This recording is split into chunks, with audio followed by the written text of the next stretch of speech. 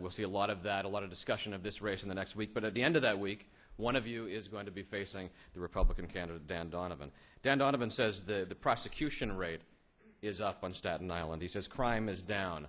I'd like you to look past the primary to that general election. I'll give you 45 seconds each for a response to this. Has Dan Donovan been a success? Mr. Coffey, we'll start with you.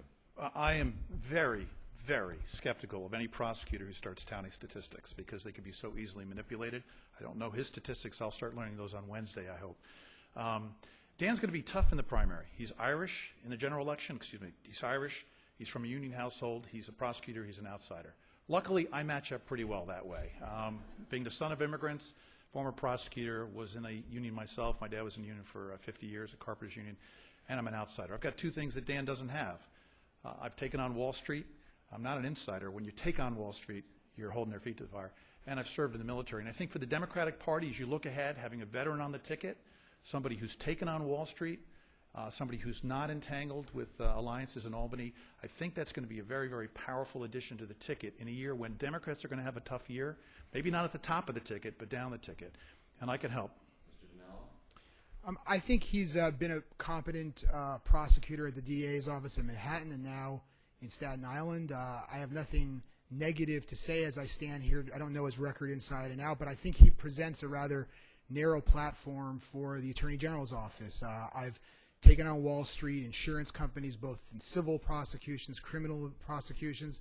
I've worked on the private side, done some of the most complex investigations, and I think you need to have more than just pure prosecution experience. I think you need to have a complete lawyering approach to the office, a proven track record of getting things done across the board in state service. And I think in a general election matchup, he's going to look to have a fairly narrow platform.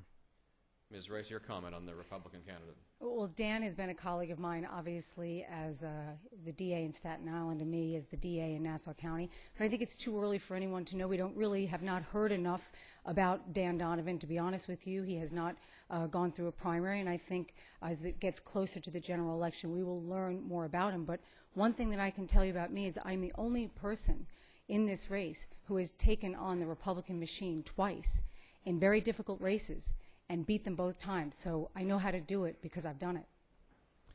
Mr. Brodsky. I don't know enough about Mr. Donovan to do anything except to say he seems to be a nice and an honest man, and I wish him well.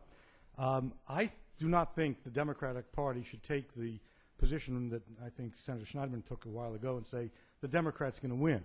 We are in trouble as a party because we haven't been listening. And we haven't been listening, and to some extent we've fallen into doctrinaire traps. I do not think you can win this race in the general election as a doctrinaire liberal or a doctrinaire conservative. I think the people of the state want to know what you're going to do for families, how you're going to protect families, and only by speaking to that issue can we overcome what will be an otherwise extremely negative year for Democrats, as it seems so far. Mr. Schneiderman? I know Dan Donovan, nice man. He lobbied heavily against the Rockefeller drug reform that I was the lead sponsor of. I just think he represents the past. I mean, he represents the old, failed ways of thinking about the justice system, and I think the contrast will be very, very clear. People are looking, Richard, not just for solutions that don't fit into one box. They're looking for leadership to get us out of this mess. They're looking for people who will stand up to the gun lobby, as I have. They're looking for people who will stand up for a woman's right to reproductive choice, as I have, and that's why I've been endorsed by NARAL Pro-Choice New York, who will stand up for civil rights for all New Yorkers, including our LGBT brothers and sisters, which is why I was endorsed by the Empire State Pride agenda. I think they are looking for leadership in a new direction to head into the 21st century, to reform Albany, but also to bring a new vision about justice into the state of New York. And I don't think Mr. Donovan will match up very well on that score.